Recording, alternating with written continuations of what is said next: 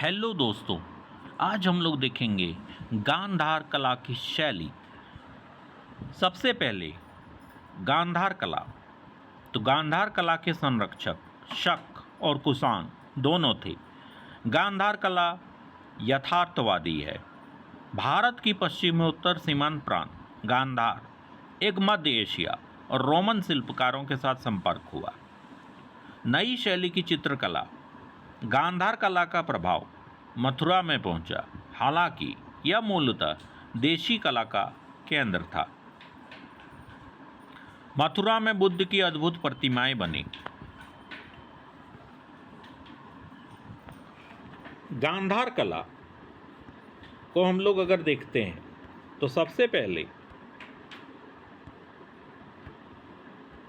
यूनान के कला के प्रभाव से देश के पश्चिमोत्तर प्रदेशों में कला की जिस नवीन शैली का उदय हुआ उसे गांधार शैली कहा जाता है।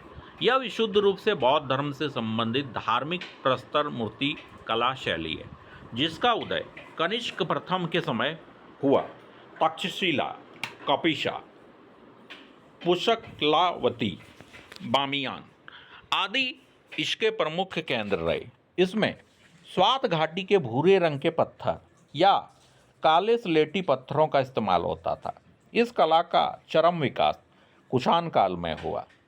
गांधार कला को दो खंडों में वर्गीकृत किया जाता है: प्रारंभिक गांधार कला तथा परवर्ती गांधार कला। प्रारंभिक गांधार कला के अंतर्गत मूर्तियों का निर्माण मिट्टी, चूना, भित्ति स्तंभ तथा प्लास्टर का उपयोग करके किया जाता था। परवर्ती गांधार कला शैली में पाषाण उपयोग प्रचुर मात्रा में प्रारंभ हुआ। इस कला शैली पर विदेशी प्रभाव स्पष्ट दृष्टिगोचर होता है। इस दौर में गांधार कला की निम्नलिखित विशेषताएं देखी गई: मानव शरीर की सुंदर रचना तथा मांसपेशियों का सूक्ष्म अंकन, शरीर पर पारदर्शक वस्त्रों का सिलवटों के साथ प्रयोग, अनुपम नक्काशी। गांधार कला में बुद्ध की मूर्तियों को इतना सुंदर बनाने का प्रयास किया गया है कि ये यूनानियों के सौंदर्य देवता अपोलो की अनुकृति लगती है।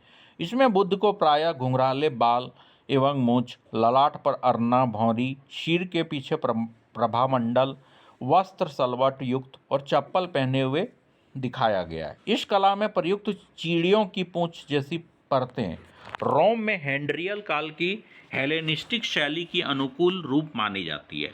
इस शैली की मूर्तिकला में जो भव्यता है उससे भारतीय कला पर यूनानी और हेलेनिस्टिक प्रभाव पड़ने की स्पष्ट बात होती है। इसके बाद भारतीय कला की मुख्य धारा से पृथक रही इसका क्षेत्र पश्चिमोत्तर प्रदेश तक ही सीमित रहा, मतलब पूरे भारत में ये फैल नहीं पाया। बौद्ध मूर्तियों के अतिरिक्त गांधार शैली की कुछ देवी मूर्तियां भी मिलती है। इसमें देवी रोमा की मूर्ति विशिष्ट है। हिंदू देवी देवताओं की मूर्तियों में पांचिक, हारिति, कुबेर, इंद्र, ब्रह्मा, सूर्य आदि का भी चित्रण इस कला में मिलता है। गांधार शैली का विकास कला में आप इन चित्र को स्पष्ट रूप से देख के एक विश्लेषण कर सकते हैं। यहाँ पे आप देखिए गांधार शैली कला में किस तरह से निर्माण होता था। Thank you for watching.